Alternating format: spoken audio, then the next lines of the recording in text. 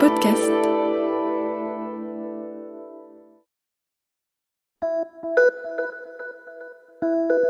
Salut, c'est Clara de Lina. Cette semaine, dans La vie d'avant, je vous emmène à la rencontre de Nicole, une jeune femme française qui vit en communauté à Berkeley, la célèbre ville universitaire près de San Francisco. On est en 1972, l'année où Maxime Le Forestier sort sa chanson en hommage aux habitants d'une maison bleue adossée à la colline. C'est dans les années 60 que tout a commencé. Des manifestations étudiantes contre la guerre du Vietnam avaient lieu tous les jours sur le campus de Berkeley. Puis, la contestation s'est étendue à tous les aspects de la société. Mariage, sexualité, travail, éducation, et le mouvement hippie était né. Nicole nous raconte comment ça marche concrètement.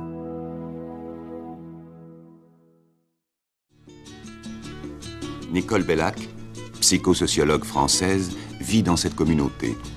Elle nous raconte son expérience. Vous êtes depuis quand en Californie ? Ça fait, en tout, ça doit faire à peu près un an et demi, avec un court séjour entre-temps à Paris. Pourquoi êtes-vous venu ? Enfin, le travail commençait à emplir complètement ma vie et je ne trouvais pas ça très satisfaisant.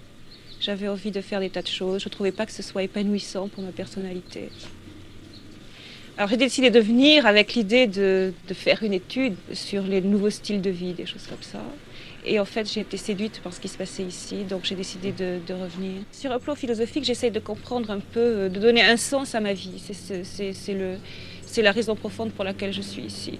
Essayer de revoir un peu tous les principes qu'on m'a inculqués et voir si ça répond vraiment à quelque chose. Aux États-Unis, il y a deux concepts. Il y a le concept de collectif et il y a le concept de commune. La commune, c'est plutôt les gens qui se retirent à la campagne, qui cherchent une retraite par rapport à la culture occidentale. Le collectif, c'est une notion un peu plus politique. Ce sont des gens qui essayent de couper avec les valeurs dominantes de la société, mais qui essayent de faire quelque chose, de construire quelque chose en plus. Jusqu'où va le collectif ? Tous les aspects, nous essayons de collectiviser, oui, tous les aspects sexuels, émotionnels, politiques, économiques, à tous les niveaux. On essaye de vivre d'une manière très modeste. On ne veut pas vivre dans le luxe, puisque le gaspillage économique, si vous voulez, est quelque chose que nous contestons. How did you work it out? Well, we spend a lot less money than we would if everybody lived separately. We make things that we need for ourselves. Pour la nourriture, ça je peux vous expliquer pour la nourriture. They asked a question about the food conspiracy, but I guess I can explain them what happened with the food conspiracy. Il y a un organe central qui va chercher la nourriture au farmers market. Et ensuite, la nourriture est apportée ici à Berkeley. Et la distribution se fait au niveau du quartier pour les différentes familles. Alors c'est de la nourriture organique. Et à des prix qui sont plus bas puisque tout le travail des intermédiaires est supprimé. Tout le monde participe à tous les niveaux, au niveau de la distribution. Comment ça s'appelle ce système ? C'est la food conspiracy. C'est un moyen de se procurer de la nourriture sans passer par le système normal. Si, c'est sans aller dans les supermarchés. Enfin, je ne sais pas si vous allez dans les supermarchés. Il y a plein de choses, enfin c'est complètement trafiqué, c'est pas bon du tout. Ça possède lui-même besoin de revenir à la nature et au... C'est ça, et de contrôler son environnement, de savoir ce qu'on mange et de rester sain aussi. Il y a toute une éthique du corps, d'être sain, d'être proche de la nature, et ça fait partie de cette philosophie. Ils vivent en économie fermée avec d'autres groupes et d'autres... Plus ou moins fermée. Dire que tous les gens se connaissent, établissent des contacts les uns avec les autres, qui ne sont pas seulement des contacts affectifs, si vous voulez, mais qui sont aussi des contacts économiques quand c'est possible.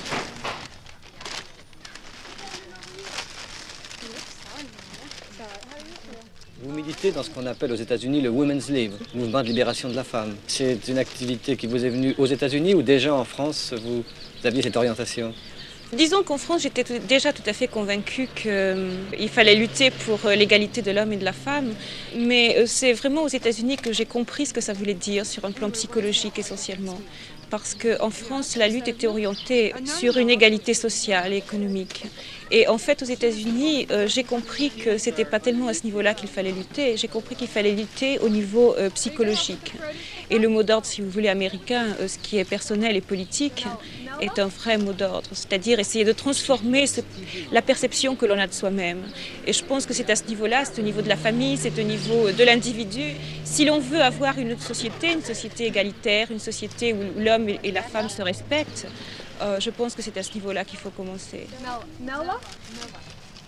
Vous aviez une certaine philosophie de la femme et de ce que doit devenir, de ce que doit être la femme dans le monde, et vous la réalisez mieux dans ce collectif qu'autrement. Que dans une famille ou dans un couple, oui, certainement. Certainement parce que le mariage, si vous voulez, ou la famille aliène complètement la femme, l'enferme dans un rôle traditionnel et il n'y a pas moyen d'en sortir. Tandis qu'ici, en fait, ce qui est important, c'est la liberté. C'est la liberté individuelle à l'intérieur du collectif. Mais est-ce que la collectivité ne brime pas l'individualité? Non, pas du tout. Pas du tout, parce qu'il y a deux manières, à mon avis, d'entendre collectif. Il y a une manière qui est oppressive, c'est-à-dire un collectif avec un ensemble de règles qui opprime tous les individus, c'est-à-dire que je me sentirais obligée de faire quelque chose. Je vais me sentir obligée, par exemple, de faire la cuisine une fois par semaine, ou je vais me sentir obligée de faire le ménage. On essaye de transformer qualitativement, si vous voulez, le travail collectif, par exemple. Au lieu d'avoir de chacun faire à notre tour nettoyer la maison, on le fait tous ensemble avec de la musique, ce qui est beaucoup plus drôle, ce qui transforme complètement la notion du travail.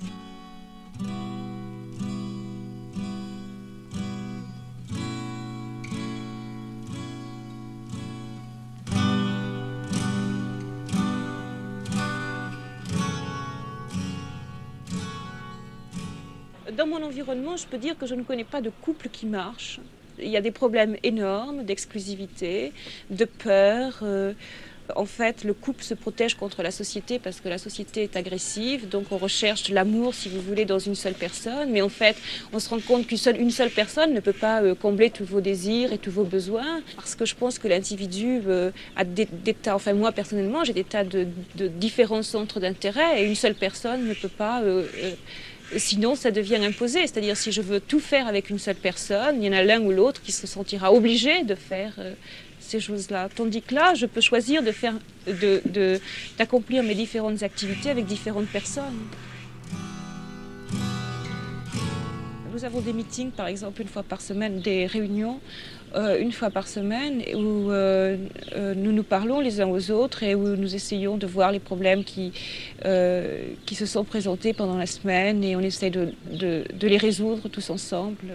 De façon à ce que personne ne soit en dehors. C'est ça, que tout le monde soit au courant de ce qui se passe, que personne ne se sente aliéné à l'intérieur du groupe. Ça, je crois que c'est très important. Il y a des relations exclusives à l'intérieur du collectif, oui, ça c'est certain, et je pense d'ailleurs que ce n'est pas quelque chose qui est mauvais. S'il y a des relations sexuelles entre trois personnes, les trois personnes sont amies les unes avec les autres. Ce qui veut dire que la jalousie qu'il peut y avoir, par exemple, entre deux femmes qui ont une relation sexuelle avec le même homme, n'est pas la jalousie traditionnelle que l'on connaît dans notre culture, si vous voulez, avec la peur d'être rejeté. Il n'y a pas cette peur-là, puisque nous sommes tous amis ensemble. Donc, contrairement à ce que l'on pourrait supposer, il vous paraît plus simple de s'ajuster à plusieurs que de s'ajuster à deux? Il me paraît absolument, oui.